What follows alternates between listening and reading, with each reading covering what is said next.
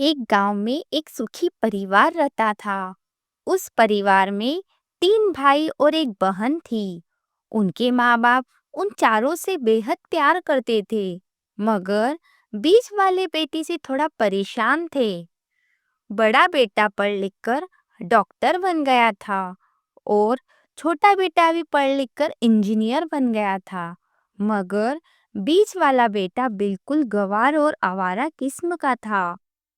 कुछ समय बाद उनके दोनों बेटे डॉक्टर और इंजीनियर ने शादी कर ली और कुछ महीनों के बाद इनकी बेटी का भी एक अच्छे घराने में विवाह हो गया। मगर बीच वाला बेटा अभी भी कुंवारा ही था। वह अनपढ़ था और कहीं पर मजदूरी का छोटा सा काम करता था। उसको शादी के लिए कोई भी लड़की नहीं मिल रही थी। उसके माँ बाप उससे बहुत परेशान हो चुके थे। अब जब भी उसकी बहन अपने मायके आती तो वह अपने डॉक्टर और इंजीनियर दोनों भाई से मिलती, मगर बीच वाले भाई से बहुत ही कम मिलती थी, क्योंकि वह उसे ज्यादा पैसे नहीं दे पाता था। लेकिन फिर भी वह अपनी बहन से बहुत अधिक प्यार करता था। कुछ समय बाद उनके पिताजी की बीच वाले बेटे की बिना शादी किए ही मृत्यु हो गई।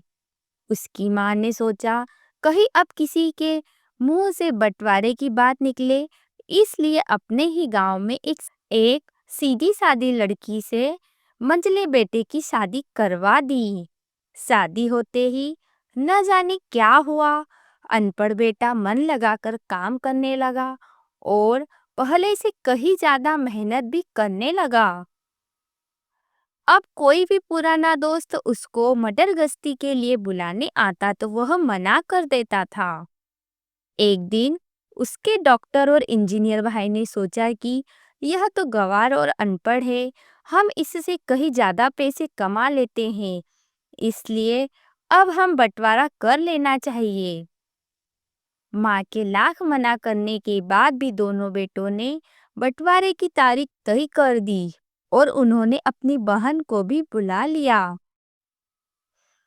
तभी उनका गंवार भाई कहता है कि तुम लोग बंटवारा कर लो, मुझे जो बचे वो दे देना या ना देना, मैं शाम को आकर अंगूठा लगा लूंगा।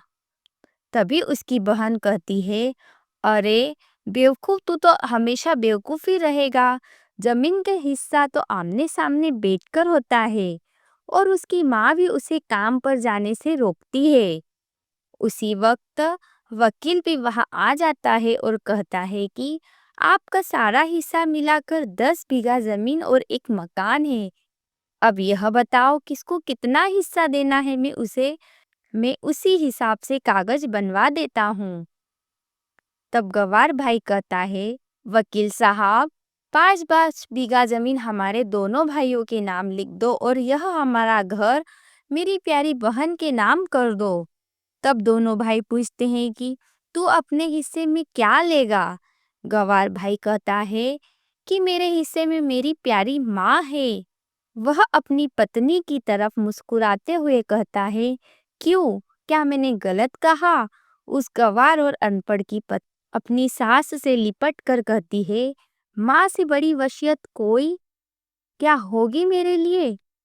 उसी वक्त उसका गवार पति भी अपनी माँ से लिपट जाता है और बेटे और बहू के प्यार ने जमीन जायदाद के बंटवारे को एक सन्नाटे में बदल दिया। तभी बहन अपने गवार भाई के गले लगकर लिपट कर रोते हुए कहती है कि माफ कर दो भैया, मैं आपको सम्मान नहीं दे सकी। तभी उसका भाई कहता है, मेरी प्यारी बहन, इस घर में जितना अधिकार हमारा है उतना ही तुम्हारा भी है। और रही बात बंटवारे की, तो बंटवारा नहीं करने से जीवन खत्म तो नहीं हो जाएगा। क्यों करते हैं हम बंटवारा? क्या हम एक साथ मिलकर नहीं रह सकते? जैसे हम बचपन में मिलकर खेलते रहते थे, एक साथ मिलकर रहने को ही तो कहते हैं एक अच्छा परिवार। और उसके परिवार को संभालती है एक माँ। तभी उसके दोनों भाई भी बहुत शर्मिंदा होते हैं और वह बंटवारे के सभी कागज फाड़कर फेंक देते हैं और उस दिन के बाद से उनका पूरा परिवार खुशी-खुशी एक साथ रहने लग जाता है। प्रिय दर्शकों, आपको यह कहानी पसंद आई हो तो हमारे यूट्यूब चैनल दिव्य देव दृष्टि को सब्सक्राइब जरूर करें और साथ ही बेल आइकन को दबाएं, जिससे आने वाली ऐसी सुंदर सुंदर कहानियों के नोटिफिकेशन आपको मिलते रहे। जय श्री कृष्ण।